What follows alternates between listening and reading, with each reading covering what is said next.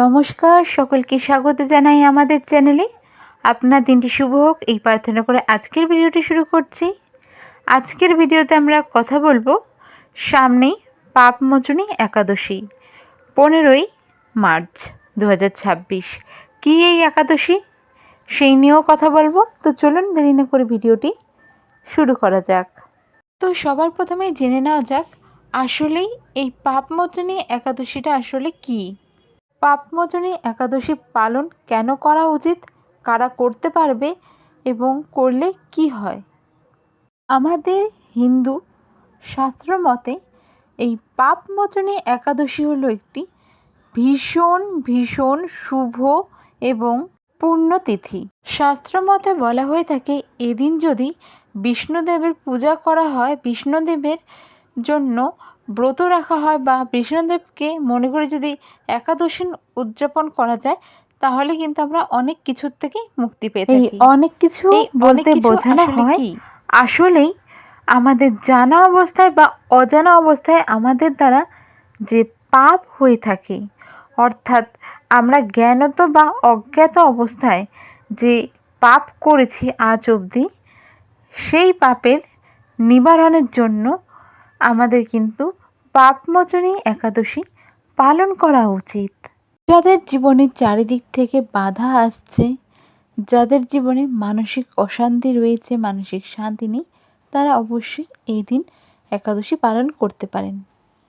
এবার চলুন জেনে নেওয়া যাক আপনারা কিভাবে এই পাপমোচনী একাদশী পালন করবেন এবং কারা পালন করতে পারেন।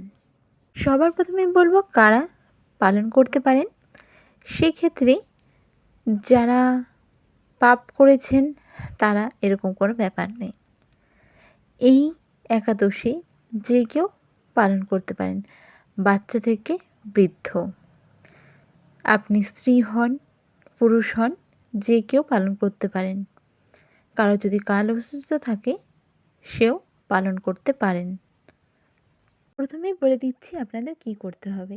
এই দিন সকালবেলায় স্নান করে একটি হলুদ বস্ত্র পরিধান করতে হবে। অবশ্যই ধোয়া পরিষ্কার হতে হবে। অনেকেই বলতে পারেন যে হলুদ বস্ত্র ছাড়া কি হবে না, হলুদ বস্ত্রই পরতে হবে। একেবারেই যদি কারো কাছে না থাকে তবে শ্বেত বস্ত্র পরিধান করতে পারেন। এরপর সামনে বিষ্ণুদেবের একটি ফটো বা যারা মূর্তি রয়েছে বাড়িতে, মূর্তির সামনে বসতে হবে আপনাকে। তারপর আপনাকে 108 বার মন্ত্র জপ করতে হবে। কি মন্ত্র? ওম নারায়ণ বিদ্মহে বাসুদেবায় ধীমহি তন্ন বিষ্ণু প্রচোদয়াৎ। হ্যাঁ, এই ফটোতে হয়তো বানানটা একটু ভুল রয়েছে, তবে আপনারা গুগল থেকে বা বই থেকে পেয়ে যাবেন। এর সাথে সাথে এই দিন যতবার সম্ভব ওম নমঃ বাসুদেবায় ভগবতে নমঃ নমঃ এর জপ করুন, দিনে যতবার আপনার পক্ষে সম্ভব হচ্ছে। এর সাথে সাথে যেভাবে সব একাদশী পালন করা হয়ে থাকে সেই নিয়মেই পালন করুন।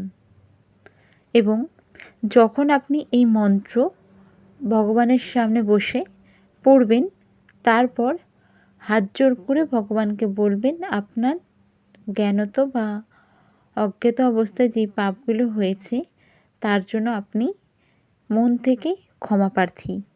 আপনার এই আর্তনাদ, এই ভুল কাজের জন্য আপনাকে তিনি ক্ষমা করেন এবং আপনি মন থেকে তার প্রায়শ্চিত্ত করতে চান এবং আপনি আগামী দিনে কোনো রকম জ্ঞানত এবং চেষ্টা করবেন অজ্ঞাত অবস্থায় যেন কোনো পাপ না করেন।